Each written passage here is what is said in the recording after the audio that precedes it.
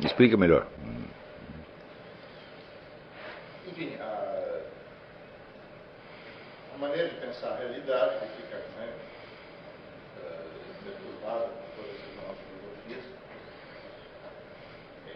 Bom, tem um efeito exorcizante de alguma maneira. Tem um efeito exorcizante de alguma maneira, tirar os fantasmas, né? Isso, exatamente. Ou seja, não é efeito de salvação. Dentro dessa concepção, qual a sua concepção de salvação pessoal? Não tem nenhuma concepção. Não. Como é que eu vou ter? Não, que ela pode ser dada pela metafísica não. ou pela revelação? Não pode ser dada nem pela metafísica, nem pela revelação. Quem salva é nosso Senhor Jesus Cristo. Sim. Então, isso é pela revelação. Como revelação? Que Jesus Cristo salva. Não é a revelação que salva, é Ele, pessoa. A revelação está lá no Evangelho. Né? Exato. Não é isso? Então, você pode dizer, o Evangelho salva. Fala, não, o Evangelho não salva nada. Você pode ler o Evangelho o dia inteiro. Saber tudo aquilo de cor. É uma pessoa, não é uma ideia que vai te salvar, não é uma doutrina que vai te salvar, é uma pessoa real. Sim, pode escrever que é uma pessoa real. Isso é uma ideia, uma afirmação sobre uma realidade. Não, não é. Isso é uma coisa que ele mesmo disse. Sim, Jesus aceitou. Não, a minha ideia sobre... Não, tem uma diferença. Eu não tenho como transformar isso numa ideia. Se você vai dizer, agora nós vamos pegar esses fatos aqui e transformar numa doutrina. Eu digo, meu filho, a igreja está fazendo isso faz 2000 anos e não terminou ainda. Se você vai esperar a doutrina cristã ficar pronta, você não vai ser salvo jamais. Você está entendendo? Então, isso não tem como discutir na esfera das ideias e das doutrinas. Isso, vamos dizer, é um ato de uma determinada pessoa. Sim, que ocorre como? Como é que eu vou saber uma coisa dessa? Diz que ele vai vir julgar os vivos e os mortos. Como é que ele vai fazer isso? Tem a menor ideia? Não é o sacrifício dele que julga? Não é ele, não é o sacrifício dele, é ele mesmo. Não, sim, mas o método... Não está dito assim, que no final da vida você vai ser, final dos tempos, você vai ser julgado pela crucificação. Não, você vai ser julgado pelo crucificado. Deus amou de tal maneira para que todo aquele que nele crê não pereça, mas tenha vida eterna. Isso não responde à pergunta que foi colocada. Ele próprio diz, as coisas se passam desta maneira. Isso foi uma revelação. Bom, se você está querendo dizer com revelação a sequência de acontecimentos que está narrado no Evangelho, e que inclui muito mais acontecimentos do que estão narrados no Evangelho, então sim, vou dizer, isso é a revelação. Mas se você entende por revelação apenas aquilo que está escrito no Evangelho, que foi depois desenvolvido pela doutrina, ao longo das discussões teológicas, dos concílios, etc., eu digo, a revelação não salva ninguém. Não é a revelação. Escuta, a palavra revelação está só atrapalhando. Ninguém jamais foi salvo pela revelação. A revelação é apenas um fato, esse fato já aconteceu. O que já aconteceu, tá certo? Não vai determinar o que vai acontecer depois. Existe uma decisão a ser tomada. Essa decisão vem de uma pessoa. Então ela é uma decisão arbitrária? Não, como é que eu vou saber? Não, tipo... Vou dizer, é da natureza de Jesus Cristo a ação arbitrária? Não. É da natureza de Jesus Cristo a ação de acordo com uma lógica predeterminada? Também não. Ele tem uma natureza própria. Tem uma pessoa que tem um caráter. Não, mas eu vou pegar uma coisa muito mais simples. Um ato que uma pessoa faz por amor a você é arbitrário? Não. É um ato inteiramente determinado por uma doutrina lógica que foi antecedida? Também não. Então, essas categorias não se aplicam ao amor divino. É muito simples. Mas o amor divino ele segue uma possibilidade, ele pega aquela ideia de metafísica do possível. Então, por exemplo, mesmo, da mesma forma... Não, mas o que você está querendo é você está querendo entender a lógica do amor divino. Então, em primeiro lugar, isso não faz sentido. Então você... Lembra o exemplo que eu dei outro dia. A pessoa chega para você e fala, eu te amo. Você vai perguntar por quê? Não, mas os atos materiais... O ato do amor é autoexplicável. Nenhuma explicação o abrange. Quer dizer, o amor responde a todas as perguntas instantaneamente e aplaca, né, todas as dúvidas. Ele não é que ele responde a todas as dúvidas, ele aplaca todas as dúvidas. Quer dizer, a dúvida cessa de fazer sentido naquele contexto. Quer dizer, e esta é a resposta final. Mas há um chamado, quer dizer, se trata de revelação no sentido, quer dizer, ele esteve na Terra e falou certas coisas, vem até mim, né? Eu sou a porta. Espera um pouquinho, espera aí. O Jesus do qual vocês estão falando é um Jesus que está lá no Evangelho e que está na doutrina. Não é desse que eu estou falando. Tudo que o Evangelho diz e tudo que a doutrina diz é um nada. Eu estou falando do Jesus real. Mas como você conhece o real se não acessar ele pela relação? A pergunta é o contrário. O Jesus real já estava agindo aí muito tempo antes do Evangelho. Se não tivesse o real, como é que você ia conhecer a revelação? Vamos dizer, é um hábito cultural de confundir a ordem do conhecer com a ordem do ser. Mas o que tem que predominar é a ordem do ser. E também não é verdade que você só o conheça através da revelação. Isso não é verdade de maneira alguma. Não, sim, mas a ideia... Eu vou fazer outro comentário aqui. Entendeu? Olha, a ação divina está onde ela quiser. Não é onde está escrito na revelação.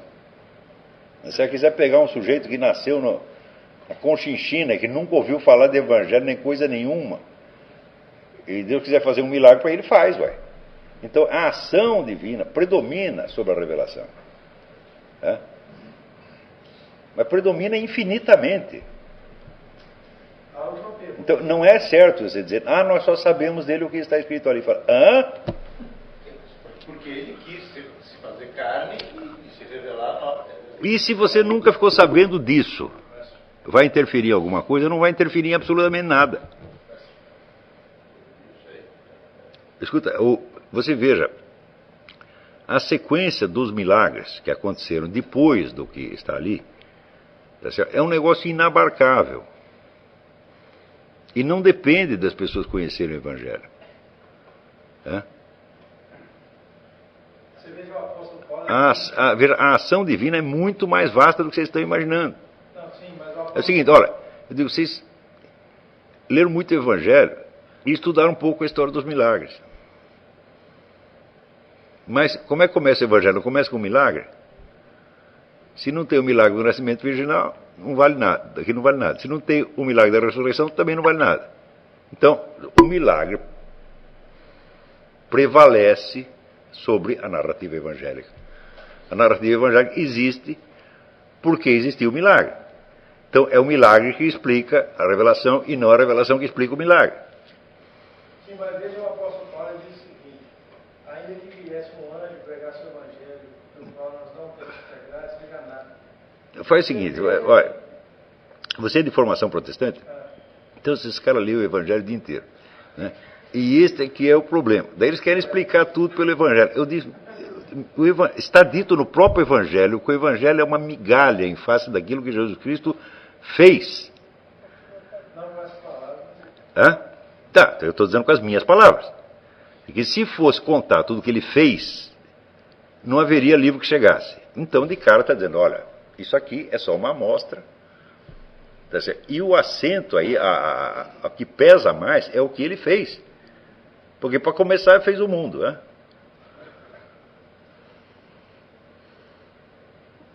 Então, eu não estou negando a importância do Evangelho, evidentemente, mas eu estou dizendo que tem coisas mais importantes, a começar pelos personagens do Evangelho, que já existiam antes que aquilo fosse escrito, e que continuaram agindo, tá certo? Entre populações que jamais ouviram falar do Evangelho. Então, observar, perceber esta ação divina é a coisa mais importante. O senhor vai estar nos milagres? A narrativa de todos os milagres. Olha, tem 40 santos católicos que foram enterrados há séculos e o corpo deles está intacto. Né? Começa por isso aí.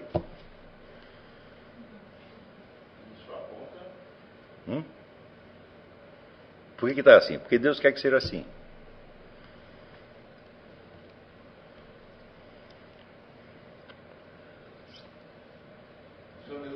Lê a vida do Padre Pio. Só os milagres do Padre Pio. O Padre Pio fazia 5, 6, 7 milagres por dia. Né? É um absurdo. Aquilo é um absurdo. Né? Então, ali acontecem mais coisas do que estão narradas no Evangelho.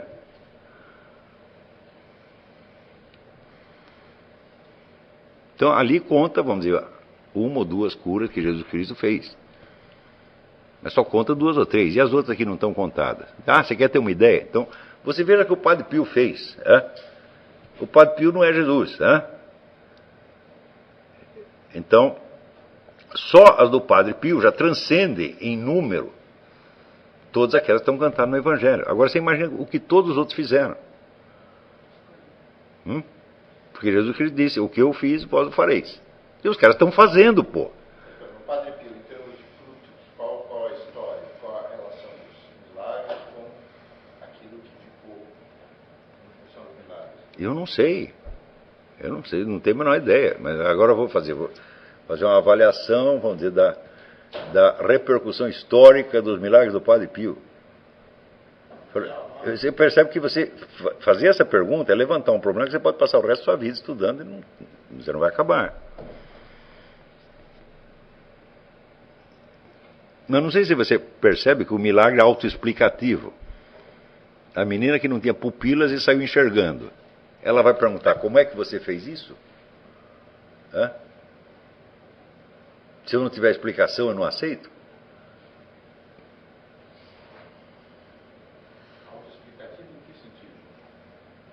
É autoexplicativo porque aquilo não precisa se justificar em função de nada.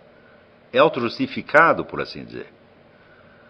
Como o bem que as pessoas fazem é autojustificado. O mal é que você tem que encontrar uma explicação. Veja as duas perguntas. A pessoa chega para você e fala, eu te amo. Você não pergunta por quê. Eu te odeio. Por quê? É assim ou não é assim? Quer dizer, o amor é autojustificado, ele ilumina o campo do acontecimento e não há o que explicar, porque ele é a explicação. A explicação é aquilo que, vamos dizer, acalma a sua alma. Ele te coloca dentro do campo de luminosidade, onde as questões desaparecem. Então, eu vejo assim, o desprezo que a nossa cultura tem pelo fato dos milagres é um mau sinal de burrice que existe. Porque as pessoas pensam que um milagre é um negócio excepcional. Eu digo, mas não é tão excepcional quanto você está pensando. Essas coisas estão acontecendo a todo momento. Se você fosse noticiá-las, não haveria jornal que chegasse. No entanto, isso é totalmente ignorado. E as pessoas querem raciocinar fora disso.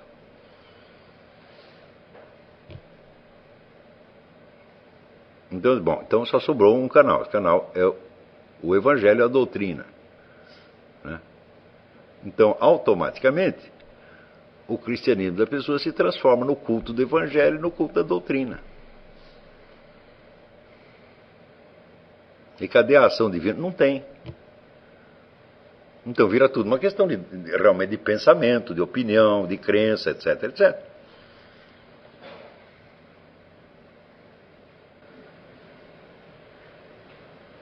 Dizer, o Padre Pio foi confessor durante 40 anos. É um confessor que ninguém precisava confessar pecado nenhum.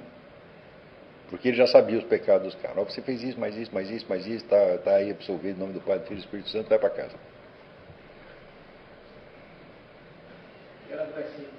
Era do SNI. Começa mesmo que ele tivesse feito só isto. O senhor mesmo falou do Igreja Católica que estava aí para a salvação das almas. O que o senhor quer dizer com isso? Se há, então há salvação de almas por algum caminho. Claro, a finalidade dela é essa. Mas não quer dizer que Deus não possa agir à margem dela se Ele quiser. Sim, claro. Deus está proibido de fazer isso? Não está. Deus, obviamente, se pronuncia de um jeito ou de outro. Claro, não cabe de nós avaliar. A ação divina, se você pegar a história inteira da Igreja Católica, a ação divina no mundo transcende aquilo infinitamente. Porque começa na criação do mundo. Aliás, começa antes da criação do mundo. As pessoas, quando falam a palavra Deus, elas sempre estão falando de um ente abstrato hipotético. Por quê? Porque na ordem do conhecer é a coisa mais difícil de alcançar. Mas na ordem do ser ele não pode ser o último, ele tem que ser o primeiro. Então, providência inicial.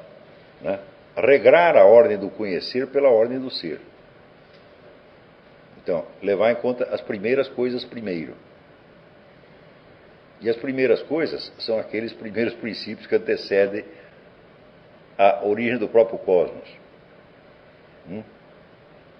E, conforme eu mostrei para vocês, não podem existir apenas como uma regra lógica, um conjunto de regras, mas tem que ser, vamos dizer, a expressão de uma inteligência efetiva, de uma consciência efetiva. Então aí você tem uma noção do que é o Logos Divino. Então tudo começa com isso aí, é o Logos Divino. Esse é o primeiro. Por isso que Cristo é dito o primogênito.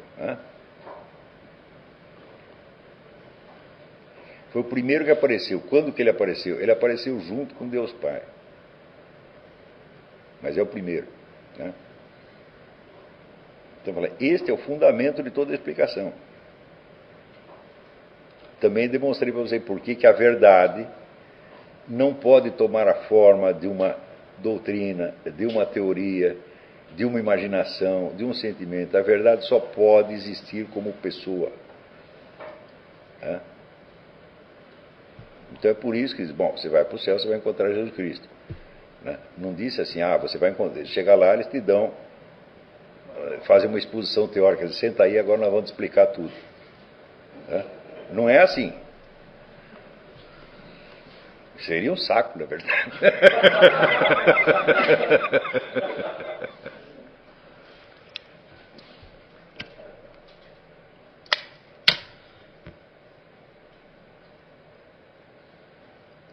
Eu sei que as coisas que eu estou dizendo, mas elas são tão contrárias à linguagem do pensamento contemporâneo, que mesmo pessoas que são cristãs, às vezes acham escandaloso o que eu estou falando. Porque eu não estou falando do Deus que está no Evangelho, ou que está na doutrina. Não, eu estou falando do Deus que existe mesmo. As pessoas não estão acostumadas, sempre tomam Deus como objeto de crença. Então temos nós, os crentes, acreditamos, os outros descrentes não acreditam. Então Deus se resolve dentro da esfera das crenças humanas. É um objeto de crença. Mas olha, eu já desisti disso há muito tempo.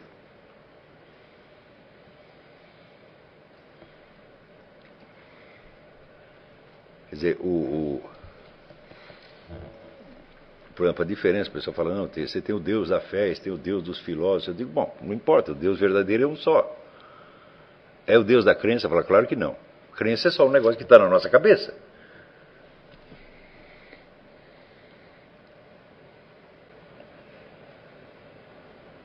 Mas não se trata do Deus no qual você crê. Crendo ou não, você crendo ou você não crendo, ele está agindo. E é este que interessa. O Deus da sua crença não pode salvar você. Só o Deus real pode, o qual transcende a sua crença. Você pode até acreditar um monte de coisa errada com relação a ele. Não vai fazer a mais mínima diferença, porque quem vai te salvar é ele, e não o que você pensa a respeito dele. Eu chego lá, eu tenho a doutrina aqui certinha, e você salva por isso. Tu não vai. Que doutrina não salva? Muito claro, muito claro. Isso não implica... Porque tudo que vejam, a doutrina é um conjunto de possibilidades lógicas. Nenhuma doutrina abarca a realidade. Agora Ela se refere à realidade, mas não a abarca. Não quer dizer... Kant, por exemplo, como que Deus, a concepção que esse homem está separado de Deus. De alguma forma, há um chamado, há alguma discussão, há alguma... Que história que Deus está separado de Deus? Nem os caras do inferno estão separados de Deus. Nem o diabo está separado de Deus. Isso é uma figura de linguagem. Num certo sentido. Não, isso não é um conceito rigoroso. O homem está separado de Deus.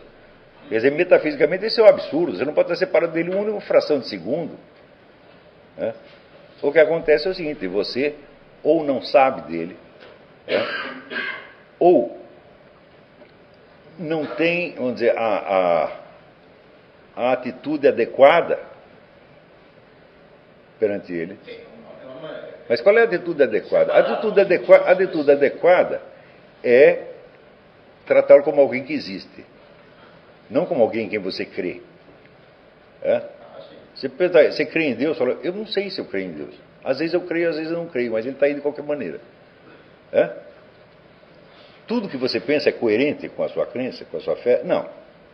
Às vezes eu tenho ideias que eu vejo, e depois eu vejo que elas contradizem a fé. Nem por isso eu deixei de pensá-las.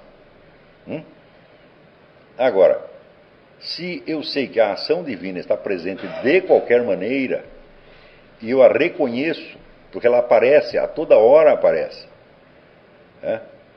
então eu estou lidando com uma realidade e não com uma crença.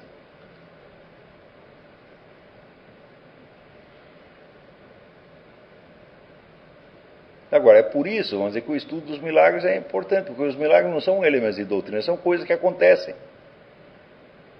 Então, olha, quando eu li aquela frase de São Tomás de Aquino que diz, nós falamos com palavras, Deus fala com palavras e coisas, isso aí tirou a escama dos meus olhos. Nós falamos com palavras, Deus fala com palavras e coisas, e atos e fatos. Então eu falei, peraí, então tudo que acontece é o discurso divino, Deus está falando o tempo todo, não é isso? E é ali que nós temos que prestar atenção. Quer dizer, os fatos, eles expressam o poder divino o tempo todo.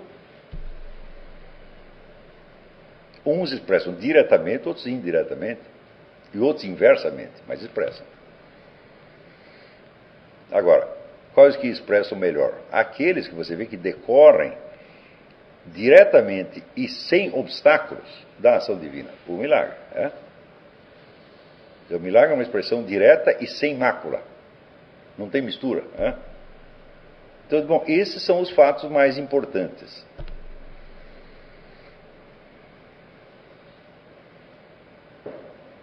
Sim, mas o milagre traz em si o elemento cognitivo. Você precisa de tentar entender o sentido dele. Por isso que eu disse aquela frase do apóstolo Paulo em Gálatas, que ele fala que se vier um anjo, ainda que vier um anjo, quer dizer, se vier um milagre, e a partir desse milagre você conte um evangelho que não é aquilo que nós apóstolo Paulo, temos pregado, então, na verdade, ele está colocando um limite para... Não, ele está falando das conclusões que você tirou, meu filho. Ele está falando da ação do anjo que ensina uma coisa... Que se o anjo vem e faz um milagre, que é o contrário da vontade de Deus, então não é um anjo, é um diabo, pô. Ele está usando uma hipérbole. Sim, com certeza. Quer dizer, se um anjo do Senhor... Essa é a mesma coisa que dizer, se Jesus Cristo viesse aqui e fizesse tudo o contrário, não era para acreditar. Mas isso é hipérbole. De novo, escuta, você está lidando com um conceito ou com uma figura de linguagem? Estou lidando com um conceito que está por trás... Isso não é um... Não, isso não é um conceito, isso é uma figura de linguagem, porque isso chama-se uma hipérbole. Expressa um exagero monstruoso. Então, por trás dela não tem... Quer dizer, ele está querendo dizer que se um anjo do Senhor agisse ao contrário do que o Senhor determinou, eu digo, então não é mais um anjo, é um demônio. Sim, mas não... Então isso não, o que ele está dizendo não vai acontecer jamais. Então não se preocupe com isso. Vai vir um anjo do Senhor, vai me enganar. Está entendendo? Não, eu entendi. Ele está falando uma hipótese que não se realizará de maneira alguma. Agora, você pode ver o milagre, você pode ver a ação divina e você tirar uma conclusão errada. Essa é outra coisa. Mas não foi o anjo do Senhor que te enganou? Não, mas ali é claro que ele está falando justamente dessa situação. Alguma coisa que aparece e vem com a roupagem de... Mas enfim. Não, então o que ele está querendo dizer é o seguinte: você tem um falso milagre, você tem um milagre demoníaco, isso acontece mesmo. E ele é manifestado pelo entendimento que vai contra o Evangelho paulino. É justamente isso que eu estou querendo dizer. Você pega uma manifestação miraculosa. O que ele está querendo dizer é o seguinte: o Evangelho é um critério de diferenciação. É só isto. Ele está usando o Evangelho e fala: bom, peraí, aqui nós temos um negócio que parece um milagre de Deus, né? Então nós conferimos com o Evangelho para ver se de fato é. Tá certo? Então é um critério. Critério vem de uma palavra grega que é uma pedrinha que você usava para bater nos metais para saber se era ouro ou outra coisa. Então, isso não quer dizer que a ação divina esteja sob o julgamento do Evangelho. Não está. Está infinitamente acima de tudo que está escrito no Evangelho. Não é limitado por aquilo de maneira alguma. Agora, para nós, na ordem do conhecer, para que nós não entremos em confusão, você usa o Evangelho como critério. E como critério ele não produz o ouro, ele só faz a avaliação. Como é? Como critério, ele não vai produzir. Não produz o ouro, ele só faz a avaliação, exatamente. O ouro vem de Deus. E não do Evangelho. Entendeu? Quer dizer, olha, quando o próprio Evangelho diz que... Deus quis dar. Como é? O Evangelho é a maneira como Deus nos quis, enfim, nos orientar. Não se trata de que o Evangelho controlar a Deus. É o contrário. O que mais nós temos para nos orientar? Sabe? O que mais nós temos? Para nos orientar. O que mais nós temos tem o próprio Deus. Hã? Se não fosse assim, ninguém se salvaria antes de Jesus Cristo encarnar fisicamente nesse mundo, nem se não tivesse contato com a nossa cultura. Claro. Jesus Cristo não pode levar ao céu quem ele quiser? Pode. Então, por exemplo, a Igreja Católica diz: ninguém se salva fora da Igreja Católica. Ora, então por que a gente reza por todas essas pessoas que estão fora? É para que Deus, mesmo elas estando fora, as aceite como se estivessem dentro. É o chamado batismo de desejo. Quer dizer, a alma está tão voltada para aquilo que ela já é como se fosse católica. Então, você reza para que Deus aceite isso. E se ele não fizesse isso, está todo mundo lascado. Falar nisso, essa conceito do céu não é católica, não é mesmo da Igreja Católica. Claro que é. Claro que é. Que não se salva ninguém de fora. Então, tem alguém que pode informar lá. Tem um teólogo lá atrás que pode informar. Isto é a doutrina da Igreja Católica. Que se salvam as pessoas fora da igreja, se salvam. Elas não estão fora. Então, Não. Pergunta lá para o padre. Você não sabe responder. Qual é a solução disso?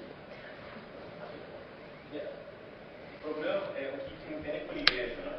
Isso. Ou seja, a igreja é o corpo de Cristo, não é uma agremiação, a igreja Isso. é o corpo de Cristo. Ou seja, qualquer um que vá para o céu vai ser membro do corpo de Cristo. Não é impossível não ser, aqui metáfora, né? Estamos falando de metáfora, membro do corpo de Cristo. Né? Então, a igreja crê que só existe um corpo de Cristo, não tem dois Cristos. Por exemplo, quando a Igreja Católica diz, no credo, confesso um só batismo, ela está dizendo que, respeitando todos aqueles que sejam de outras igrejas, que não quer ferir suscetibilidade, né? Mas que a Igreja está dizendo o seguinte, que quando você é batizado na Igreja Luterana, você se torna de alguma forma membro da Igreja Católica, mesmo que não esteja de plena comunhão com ela. Porque não tem dois batismos, só tem um, que faz parte da Igreja Católica, que é o corpo de Cristo. Agora, reconhecido ou não, aí entra as brigas. não só igreja, não só Uma só igreja, um só batismo. Então, todos os que serão salvos serão membros desta única igreja de Cristo. Né? Eu acho que isso aí Então, explica. O chinês lá na China, que nunca ouviu falar de Jesus Cristo, né? Pelo qual nós rezamos que antes ele seja salvo. Quando ele for salvo, ele será salvo. Por Jesus Cristo será Membro da Igreja Católica, exatamente. No céu será todo certo. Então. Pelo menos essa é da igreja universal. Esses caras são tudo católico do B, você está entendendo?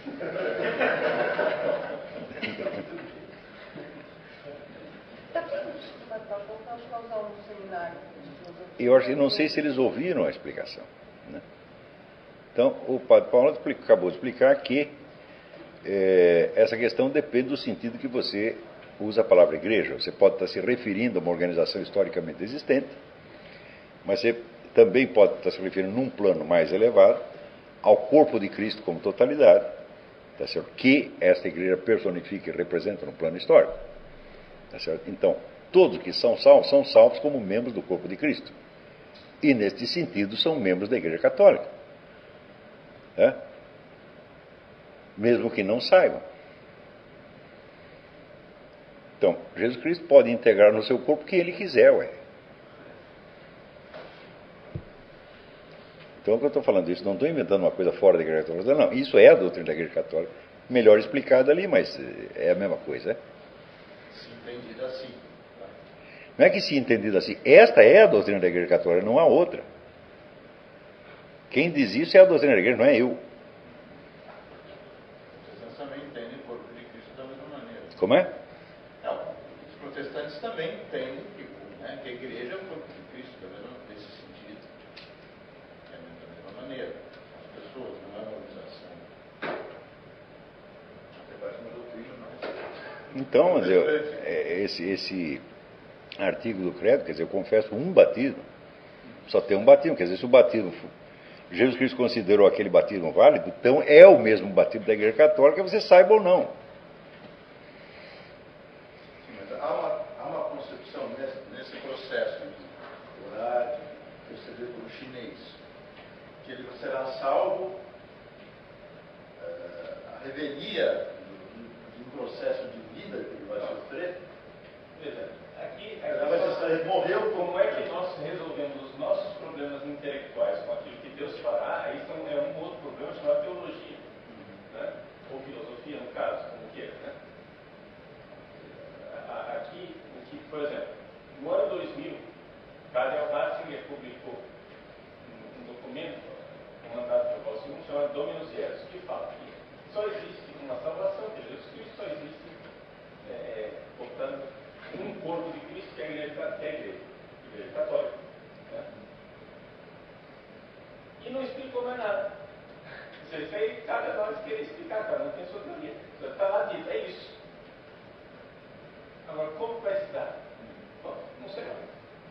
Ou seja, nós somos levados a ter teoria. Quer dizer, mas peraí, mas como é que você, o que importa você saber como é que isso vai ser feito? É você que vai fazer? Não é isso. Você vai interferir no negócio? Isso se reflete antes da morte. Então, dizer, a ação divina, meu filho, não é uma teoria que você possa discutir. Ela é um fato que se impõe. Sabe aquele negócio do Hegel, que ficava olhando a montanha e dizia, de fato é assim. Não há mais nada para dizer? Quer dizer, o fato é uma coisa terminal. Ele fala por si. Agora, as perguntas que você faz, em primeiro lugar, qualquer pergunta que você faça sobre um fato, o encara sob uma direção só. Tá? Não sobre todos ao mesmo tempo. Tá? Só se você for capaz de raciocinar o fato concreto na sua totalidade, coisa que você não é capaz. Você é capaz de observar o fato concreto na sua totalidade, mas não de pensá-lo. Tá? Na hora que você começa a pensar, você já subdividiu o fato com seus vários aspectos e direções. Então, é claro que isso, ontologicamente, está numa escala infinitamente abaixo do fato. Só que todos nós, vamos dizer, há vários séculos, nós estamos viciados em privilegiar as ideias, as teorias, as hipóteses, etc., etc., e virar as costas ao fato. Olha, eu prefiro um montão de fatos que eu não entenda, né, do que uma única ideia errada que eu entenda. E mesmo se a minha ideia estiver certa, é apenas uma ideia, nada mais. Quer dizer, existe, no mundo moderno, existe uma espécie de horror ao fato, está entendendo? Horror à realidade como tal, que vem justamente do sentimento do desamparo, né, o sentimento cósmico persecutório, que é a base de todo o gnosticismo. Então, quando o Eric Voegelin diz que o gnosticismo é a ideologia do nosso tempo, ele tem toda a razão. Não enquanto doutrina, mas enquanto estado de espírito. Quer dizer, você sentir que você está dentro de uma imensa realidade hostil, contra a qual você tem que se defender de algum modo. Quer dizer, você tem horror à criação. E isso é o estado de espírito moderno por excelência. E note bem, todos nós fomos infectados por isso. Todos. A cultura contemporânea inteira, pouco importando se é ateística ou religiosa, a linguagem geral é deste tipo. Para você encontrar algo que não seja assim, você precisa recuar muito no tempo. Até quando? Não sei exatamente. O que também não quer dizer que tudo nesta cultura esteja infectado disso. Não, tem coisas que não estão.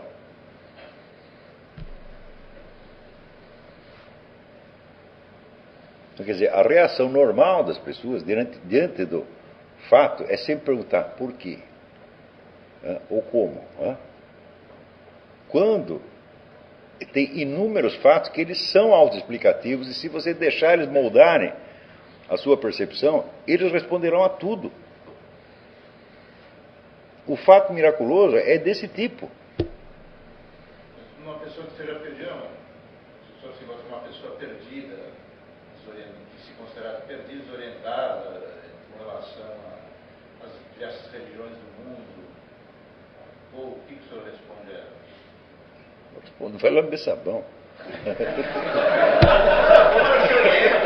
Os seus questionamentos existenciais, etc. Quer dizer, você estudou todas as religiões do mundo para você saber qual é a certa, você é um cretino. Isso é o tipo da coisa que não se deve fazer. Porque o que interessa não é a religião, o que interessa é Deus. Por que você não perguntou para Deus? Então, exatamente, isso é uma resposta. Porque eu Né? não pergunto para Deus isso. Você pergunta para Deus e espera que ele responda. E pior ainda, ele responde. Resposta, senhor. Eu posso assegurar para você, isso me aconteceu 1000 vezes. Eu queria saber alguma coisa, eu não sei por onde estudar aqui. Eu peço para Deus e no dia seguinte acordo sabendo. Eu não sei, eu vou lá perguntar, como é que você fez isso? Se eu for saber como é que ele fez, então quer dizer que eu quero fazer a mesma coisa. Então eu quero descobrir como é que ele infunde em mim a inteligência. Então como é que eu vou fazer? Eu tenho que me separar da minha inteligência, tomá-la como objeto de observação, e então desde a minha burrice entendo a minha inteligência. Não é possível um treco desse. Então só tem uma coisa, é a abertura para o fato. Não é a busca da explicação. Entendeu? Isso que a gente chama de atitude contemplativa. Não é para fazer pergunta. É para olhar e aceitar e gostar do que você está vendo. E daí aquilo, vamos dizer, abra a sua alma e te dá mais coisa, mais coisa, mais coisa, mais conhecimento, mais entendimento. E às vezes também tem coisa que você precisa desesperadamente saber e você pede para Deus, ele não te dá. Por que ele faz isso? Eu não sei. Você acabou de falar, é uma resposta. Então, a pessoa que se questiona, já Deus, não é isso? Essa é a resposta. E eu acho que o que você quer conhecer? Você quer conhecer as religiões ou a realidade? Outras pessoas se interessam por religiões, se interessam por sociologia, se interessam por filosofia, se interessam por ciência política. Ninguém se interessa por um treco chamado realidade. Esse é o conselho do Eric Voegelin, né? Não estude filosofia, estude realidade. Como se alguém que está viciado, como se voltar para a realidade, por exemplo, que está nessa... Eu estou falando, no começo do seminário, eu dei alguns exercícios para isso. Tá certo? Para você aprender a se abrir à realidade. Tá certo? E um deles é esse exercício de você se abrir à imensidão cósmica e saber que você está ali no meio como um pontinho. Em que, aparentemente, nada está te segurando, nada está te mantendo. Aparentemente, você já está liquidado, vamos dizer, pelo simples contraste de tamanho. E, no entanto, você continua vivendo. e você até tem uma existência eterna. Então, vamos dizer, entre essas duas balizas está todo o senso da realidade. Quer dizer, a abertura da realidade, o horizonte do desconhecido, que faz parte da própria estrutura da realidade, e, por outro lado, a eternidade ou perenidade da vida humana. Esses são os dois dados fundamentais. Por um lado, vamos dizer, a abertura para a infinitude do real, a ilimitação, e para o desconhecido, a presença do desconhecido, a presença com a qual todos nós sempre contamos, tá certo? Então, e que eu sei que é um desconhecido apenas para mim, mas que ele não se torne real por isso, né? Então, isso de um lado. Por outro lado, a consciência da eternidade da vida humana, ou seja, a consciência da sua unidade substancial, aquilo que você realmente é e que você não conhece, né? Quer dizer, a forma com que Deus te criou e a forma com que Ele te mantém na existência por baixo de tudo aquilo que você sabe e pensa. Lembra isso? Olha, desde que eu me conheço por gente, eu acho que eu sou eu mesmo. Alguém aqui tem alguma dúvida? Acha que é outra pessoa? E, não obstante, eu não sou capaz sequer de me lembrar da minha história. Então, eu não tenho uma unidade no aspecto psíquico.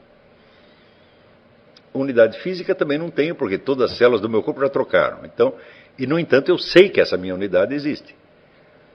Então, ela não está colocada neste plano. Onde ela está? Ela só existe, vamos dizer, no rebate entre a forma da individualidade e a eternidade. Aí que você percebe que você tem uma unidade substancial mesmo. Pior, você percebe que ela não vai ser extinta com a morte. Por outro lado, também você pode levar essa coisa um pouco adiante, aí por raciocínio, por dedução, você entende que uma única alma imortal, como ela não vai ser extinta nunca mais, ela vai durar mais do que toda a história humana junta e mais do que todo o universo físico junto. Então, aquele mesmo ser que, por um lado, aceita a sua condição de ser, vamos dizer, um grão de areia, um átomo, na imensidão do espaço, por outro lado, é maior do que esse espaço inteiro. E esta é a medida exata do ser humano. Quer dizer, é o negócio do Salmo, que é o homem, para que o visite, no entanto, o fizeste pouco menor que os anjos. Isto é a medida real. Isso aí não é figura de linguagem. Isso é um conceito rigoroso. Essa é a realização do seu conceito de filosofia, não? Sim. Isto. Isso é um método, né? Esse é o método. Quer dizer, o método, tentar balizar tudo que eu penso, tudo que eu acho, tudo que eu sinto, pela medida da realidade. Qual é a medida da realidade?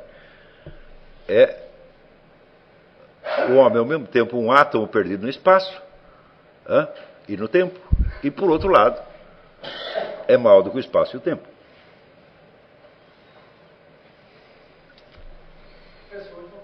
Diga. Em relação, desculpa eu estou trabalhando assim, mas em relação ao seu dia. Aluno é peste, só quer que a gente trabalhe. A diferença entre a verdade com coisa que você falou, acho que foi na segunda aula, aquela definição que eu tinha de verdade, que a realidade é conforme com o conhecimento. Segundo Kant, a verdade é aquilo que se conforma com a modalidade do nosso conhecimento. Sim.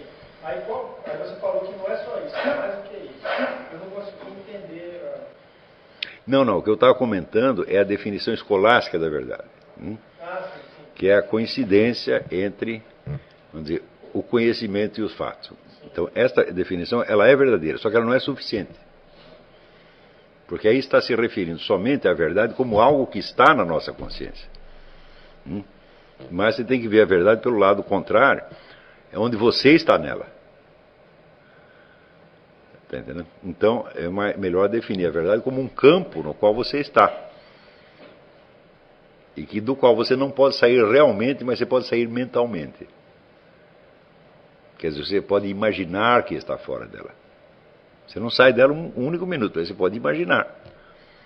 E trocar, então, vamos dizer, o campo real onde as coisas estão se dando, por um campo mental que você mesmo delimitou.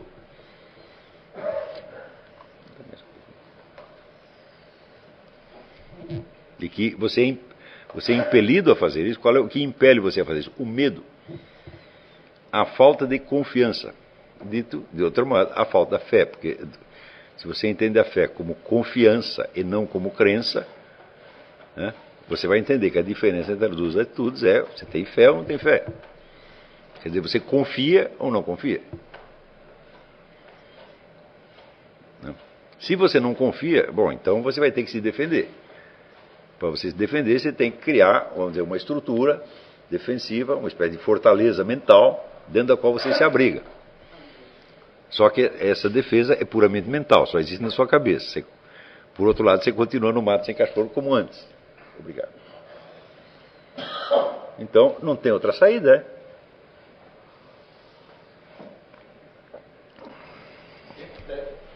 Essa técnica de a verdadeira medida, né, do ser humano, como que isso fica com a questão do que está no Evangelho, que eu era cego, agora eu vejo, que é uma abertura de olhos.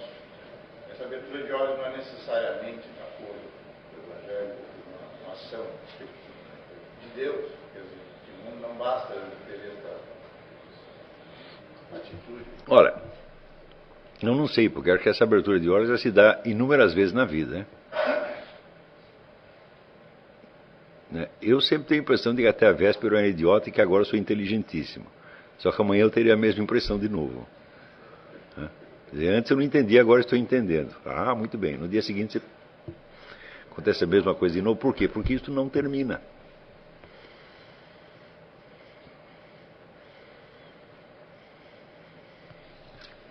Quer dizer, na medida em que você está aberto para a infinitude da verdade, ela não vai acabar de preencher você. Ela preenche um pouco e daí ela aumenta você para preencher mais.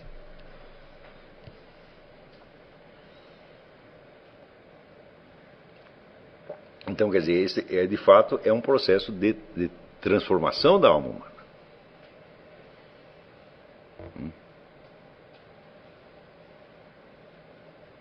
Quer dizer, isso não quer dizer que você vai virar santo, quer dizer, apenas que você vai deixar de ser um idiota, só isso.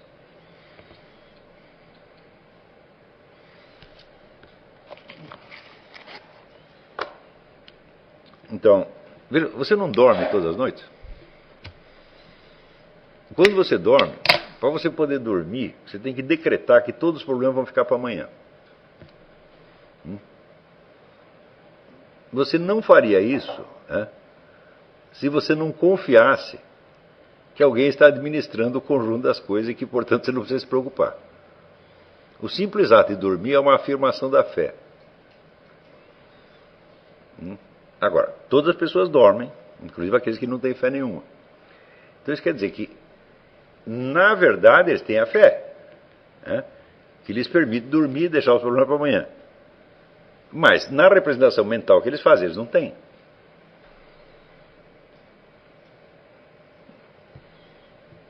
Então, isso quer dizer que há muitas doutrinas, teorias que você pode expressar verbalmente, mas nas quais você não consegue acreditar de fato. Porque elas são incompatíveis com a estrutura da realidade. Então você defende aquilo na cátedra, você defende nos livros e tal, mas na realidade você vai continuar vivendo como se não acreditasse naquela besteira toda. Essa oscilação de fé é algo que parece que é tratada por muitos religiosos. Não entendi. De crer nessa você não sei. O sentido da fé como crença, muita gente diz isso, mas está errado. O paralítico e o cego do Evangelho, o que eles sabiam de doutrina cristã? Não sabiam nada. Então não quer dizer, eu acredito nessa doutrina. Não é isso. Eu confio em você. Você diz que você é o filho de Deus, que pode fazer mais isso, e eu confio. Então eu estou pedindo para você fazer. Então é a confiança na pessoa do nosso Senhor Jesus Cristo, e não a fé numa doutrina. Meu filho, naquele tempo nem tinha doutrina cristã. Os caras começaram a elaborar a doutrina cristã e estão elaborando até hoje e não terminaram.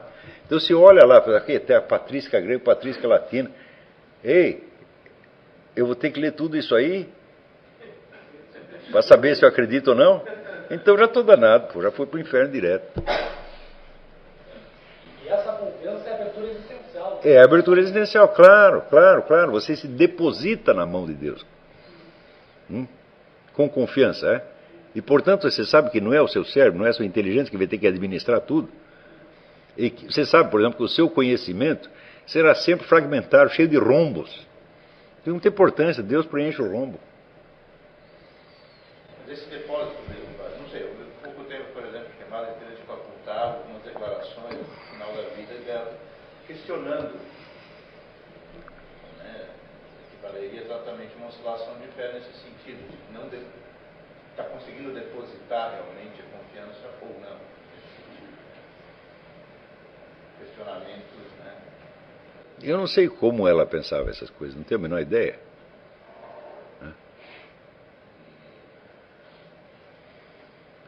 Mas a atitude de confiança em Deus é uma coisa muito mais profunda do que a crença. E acredito que a maioria das pessoas tem isso. Quando você perde mesmo, você está num desespero tão grande.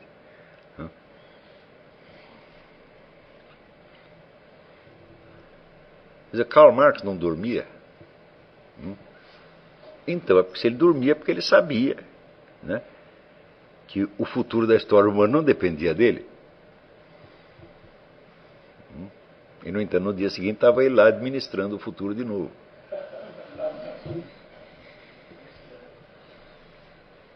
Quer dizer, quando na Bíblia diz que o homem existe para louvar o Senhor, não diz isso? Essa é a finalidade da nossa existência. Portanto, isso está na nossa natureza. Então, de algum modo, nós fazemos isso, querendo ou não, sabendo ou não. Mas nós fazemos existencialmente, não mentalmente. Agora, quando você passa a fazer mentalmente também, significa o seguinte: os seus pensamentos estão mais de acordo com a sua modalidade de existência, portanto, com a estrutura da realidade.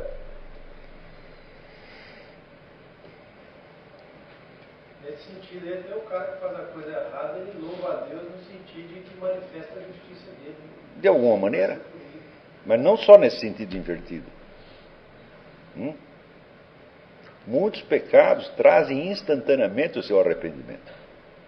A alma do sujeito está dividida, está no conflito. E a simples existência desse conflito mostra que ele tem uma confiança. Não é só no sentido, não, se você tem o mérito, você vai ter o prêmio, se você tem o pecado, você vai ter o castigo, portanto você está manifestando a justiça divina de duas maneiras. Isso existe, mas não é só assim. A coisa é muito mais complicada, na verdade. Quer dizer, o sujeito está fazendo o treco errado, e ele sabe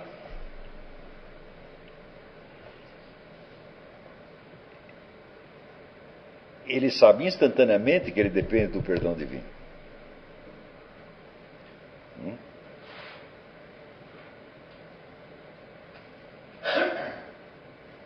Quer dizer, não está na capacidade humana de você só fazer aquilo que você considera absolutamente certo. Você tem uma margem de confusão e de ambiguidade enorme no meio. Mas essa confusão e essa ambiguidade está na nossa mente, não na nossa realidade. Na realidade, você está montado, você está sentado em cima da confiança em Deus. Até o Richard Dawkins está.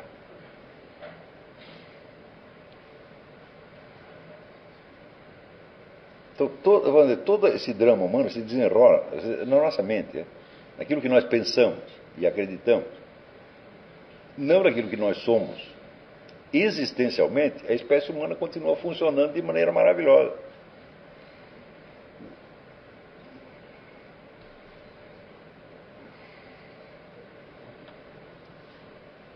Veja que você esteja dentro da situação mais caótica, tá certo? E atemorizante, você sabe que não são os fundamentos da realidade que foram abalados, mas só um pedacinho.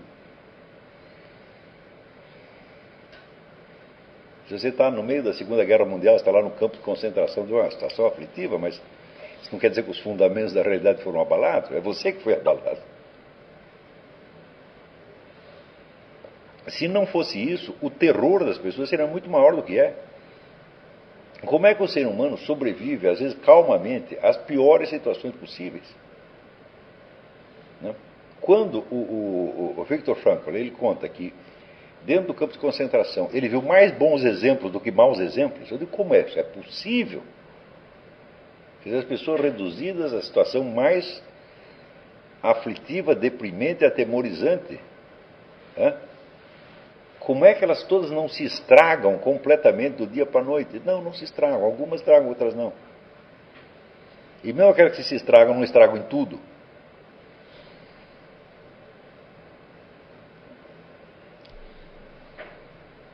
Então, quer dizer, esse fundo de confiança, ele existe e ele é natural no ser humano, porque o ser humano existe para isso.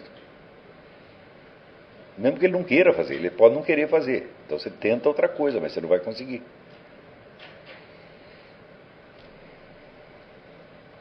É isso. Eu acho que com isso dá para nós encerrar. Né? Eu não cumpri todos os itens do programa, mas os principais.